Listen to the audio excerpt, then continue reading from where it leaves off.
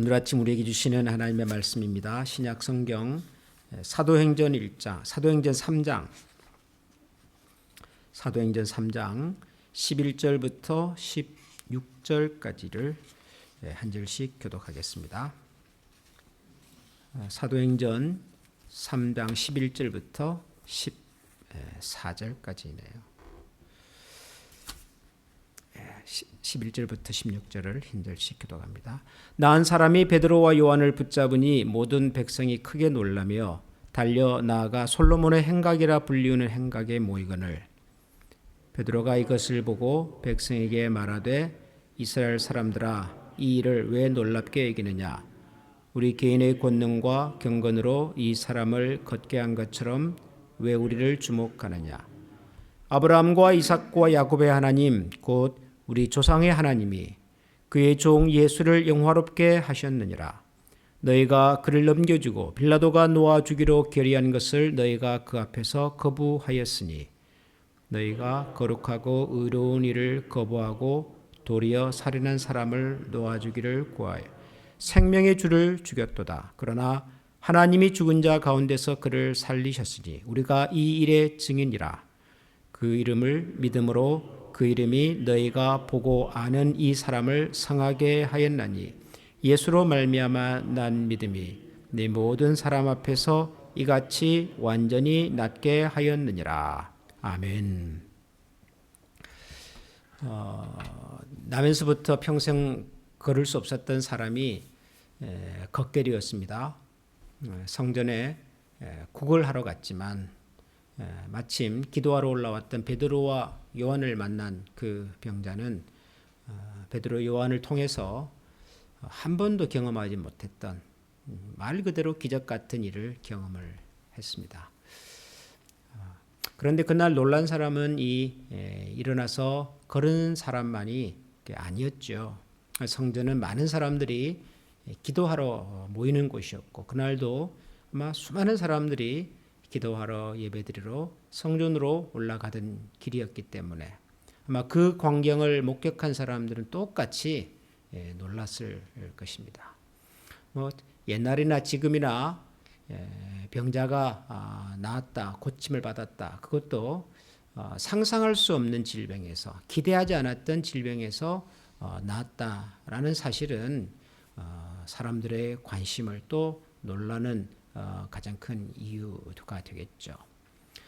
사람들이 그 광경을 목격하고는 이제 베드로와 요한에게 몰려들기 시작을 했습니다. 성전은 이제 큰 건물이었는데 솔로몬의 행각이라고 하는 일종의 정자 같은 곳으로 사람들이 모여서 베드로와 요한에게 물었던 것 같습니다. 아니 어떻게 이 사람이 걸을 수가 있게 되었습니까? 도대체 당신은 어떻게 이 사람을 걷게 할 수가 있습니까? 상상할 수 없는 일이 일어났으니까 베드로 요한에게 많은 사람들이 몰려서 이 남에서부터 걸을 수 없었던 사람이 일어나게 된 그 능력을, 그 배경을, 이유를 이렇게 물었습니다. 그런데 베드로 입에서 뜻밖의 얘기가 나왔습니다. 많은 사람들이 지금 베드로와 요한을 주목하고 있지요. 누가 봐도 이 일은 베드로와 요한이 한 일이고 이런 기적을 베푼 그 장본인에 대한 관심이 다 베드로와 요한에게 집중이 되고 있었습니다. 그런데 베드로는 자기에게 또 요한에게 주목하고 있던 사람들에게 이렇게 말을 합니다. 우리가 마치 우리 개인의 능력과 우리 개인의 힘으로 이 사람을 마치 일으킨 것처럼 왜 우리를 주목하느냐? 우리에게 있는 특별한 경건의 능력이 특별한 신비로운 능력이 이 사람을 낫게 한 것이 아니다. 그렇게 얘기를 합니다. 그리고 난 다음에 베드로는 예수님에 대한 이야기를 하기 시작을 했습니다. 아브라함과 이삭과 야곱의 하나님 곧 우리 조상의 하나님이 이까지는 다 아는 얘기죠. 유대인들이 늘 믿어왔고 늘 기억했던 하나님 아브라함과 이삭과 야곱의 하나님. 근데 그 다음 얘기가 좀 놀라운 얘기였습니다. 그 하나님께서 그의 종 예수를 영화롭게 하였느니라. 그러면서 예수님에 관한 얘기를 하기 시작을 했습니다. 그리고 그 예수의 이름이, 예수님을 믿는 이름이 능력이 이 사람을 낫게 했다. 온전히 고쳐줬다. 그런 얘기를 했습니다. 우리 입장에서 베드로의 이야기는 굉장히 자연스러운 이야기고 당연한 이야기고 마땅히 그렇게 얘기를 해야 하는 내용이죠. 베드로는 예수님의 제자고 또 그들은 부활하신 예수님으로부터 예수님의 증인이 되라는 그런 당부도 받았고 또 오순절에 임한 성령의 강력한 능력으로 지금 완전히 새로운 사람이 되었으니 베드로나 요한이 예수님을 이렇게 공개적으로 증언하는 것은 당연한 일이라고 말할 수가 있습니다. 그러나 실제로 우리가 그날 그 상황으로 가본다면 이게 그렇게 당연하거나 자연스러운 일은 아닙니다. 왜냐하면 예수라고 하는 이름은 적어도 지금 이 베드로와 요한 앞에 몰려서 이 나면서부터 걸을 수 없었던 이 사람이 일어난 광경을 주목하고 관심을 가지고 그래서 찾아와 있는 그 많은 유대인들에게 예수라고 하는 이름은 부담스러운 이름입니다. 듣기가 거북한 이름이죠. 베드로도 그렇게 얘기했지만은 빌라도가 놓아주기로 결의한 것을 너희가 거부하여 의로운 사람을 너희가 십자가에 못 박아 죽이지 않았느냐. 그런 얘기를 하는 거거든요. 그러니까 예수님이 이 사람을 살렸다 이야기를 하기 전에 예수, 너희들이 십자가 못 박아 사형을 시킨 그 예수.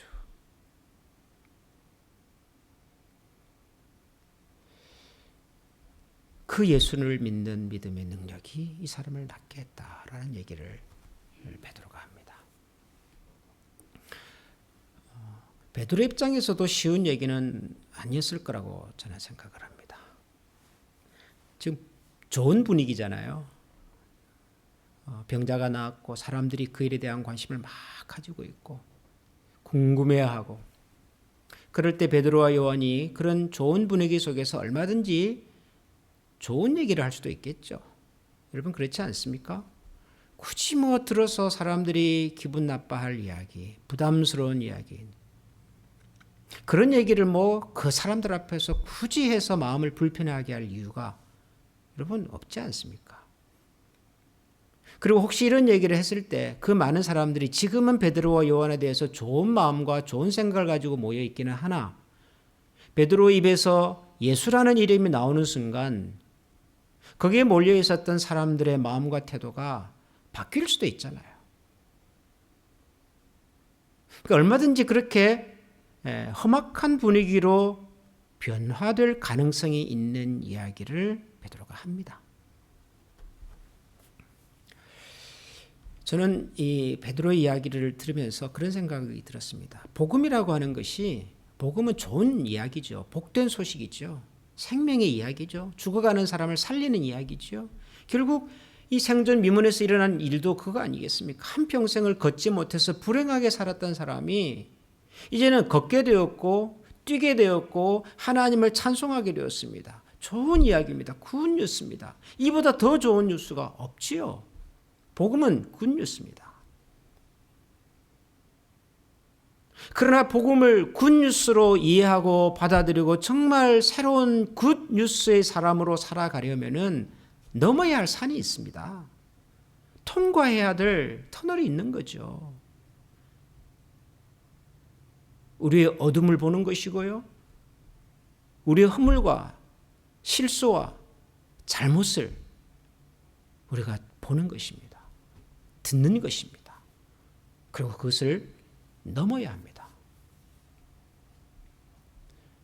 베드로인들, 요한인들 좋은 얘기 좋게만 해서 사람들이 그들에 대해서 관심을 갖게 만들고 모처럼 교회가 지금 예루살렘에 사람들이 모여서 좋은 분위기가 되고 있는데 거기 한 사람이라도 더 오게 만들고 싶은 마음이 왜 없겠습니까?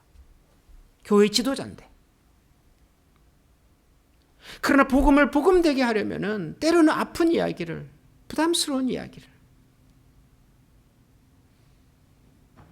왜냐하면 그 너머에 사실은 우리가 만나고 우리가 희망을 가지는 예수 그리스도의 생명의 능력이 우리를 기다리고 있으니까요.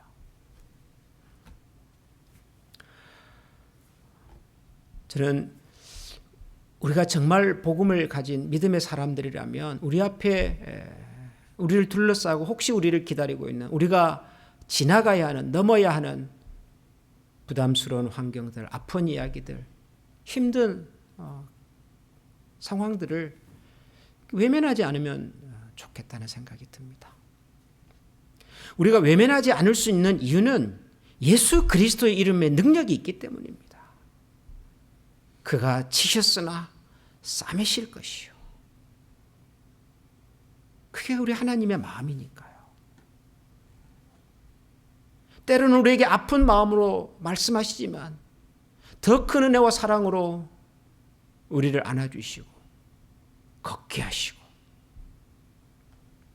우리가 정말 나사렛 예수 그리스도의 이름을 믿는 사람이라면, 정말 믿는 사람이라면, 저는 베드로와 요한이 예수 그리스도의 이름의 비밀과 능력을 믿었기 때문에 이런 얘기가 가능했으리라고 저는 생각을 합니다. 예수님이 달라지지는 않았으나 그들이 예수님에 대한 신뢰와 믿음이 약해져 있었을 때는 도망을 갔던 사람 아닙니까? 베드로는 갈릴리로 다시 돌아가서 고기잡이 하던 사람 아닙니까? 부담스러웠던 사람이잖아요. 예수 그리스도의 이름의 비밀과 능력을 다시 경험하고 확인하고 나면 우리 앞에 또 우리가 만나는, 우리가 넘어야 할 산이 얼마나 거칠고 험해도, 아프고 어려워도 우리가 넘어서고 또 그 배후에서 우리를 기다리시는 주님의 손길을 또 우리가 보는 것이겠죠.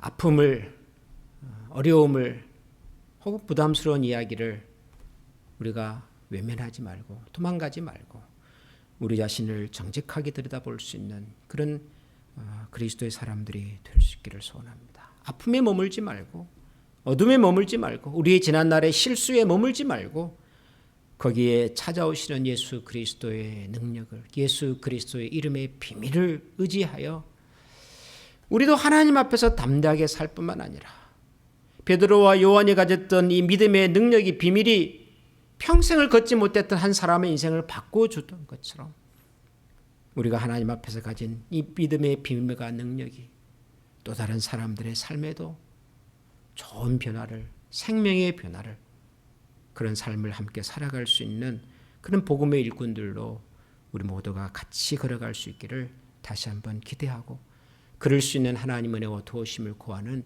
그런 아침이 될 수 있기를 소원합니다. 기도하겠습니다.